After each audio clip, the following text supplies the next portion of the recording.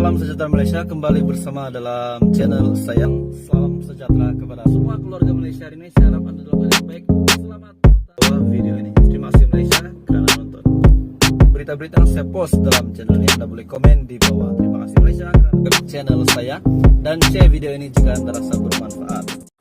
Salam sejahtera Malaysia. Berita hari ini, info terkini daripada Kerajaan Malaysia berkenaan dengan gaji minimum RM1.500. Salam sejahtera Malaysia, gaji minimum RM1.500 sudah tidak relevan. Kadar gaji minimum yang baru sahaja ditetapkan oleh kerajaan masih tidak mencukupi bagi menampung kehidupan pekerja di bandar-bandar besar. Saudara pengarang, kita memulakan sambutan Hari Pekerja pada 1 Mei lalu dengan berita gembira. Pelaksanaan dasar gaji minimum RM1.5K untuk sektor yang telah ditetapkan.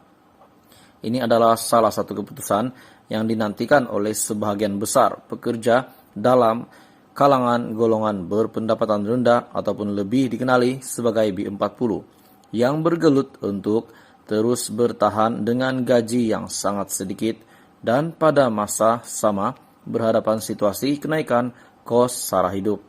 Walaupun mereka lega sedikit dengan penetapan gaji minimum, namun harus diingat kadar RM1.500 sebulan untuk hidup di bandar seperti Lembah Klang dengan kos sara hidup tinggi boleh dikatakan sudah tidak relevan dan masih jauh daripada mencukupi. Dalam pada itu, ketika fasa peralihan ke endemik, sudah pasti para pekerja berhadapan dengan pelbagai cabaran untuk meneruskan kesinambungan kerjaya, termasuklah tuntutan pembudayaan dan amalan norma baru. Ringkasnya, corak pemikiran dan cara bekerja perlu berubah mengikut situasi semasa. Harus diingat kita belum beralih sepenuhnya ke fasa endemik.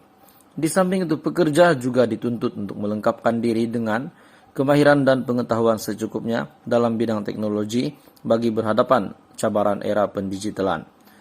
Dalam pada itu, Bank Dunia misalnya menjangkakan separuh daripada pekerjaan di Malaysia bakal digantikan dengan automasi dalam jangka masa yang panjang. Antara pekerjaan berisiko tinggi untuk beralih kepada automasi sepenuhnya ialah accountant dan operator mesin. Bagi graduan pula, adakah pekerja kita sudah bersedia untuk berhadapan dengan cabaran pendigitalan ini?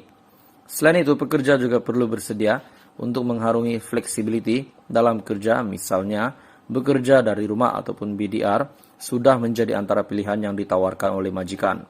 Satu lagi cabaran yang perlu diharungi oleh pekerja terutamanya graduan baru, yaitu satu isu ketidakpadanan kerja dengan kelayakan yang dimiliki.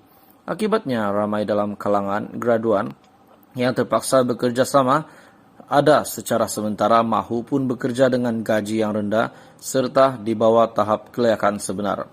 Diharap kerjasama erat antara majikan dan pekerja serta pelbagai inisiatif yang sedang dilaksanakan oleh kerajaan akan membantu untuk memulihkan nasib dan kebajikan golongan pekerja di negara ini. Ini adalah salah satu keputusan yang paling dinanti-nantikan ataupun ditunggu oleh sebahagian besar pekerja di Malaysia dalam kalangan golongan berpendapatan rendah yang kita panggil B40, yang pada ketika ini yang bergelut untuk terus bertahan dengan gaji yang sangat sedikit dan pada masa yang sama berhadapan situasi kenaikan kos sara hidup. Apa pendapat Anda? Anda boleh komen di video ini. Terima kasih Malaysia kerana menonton.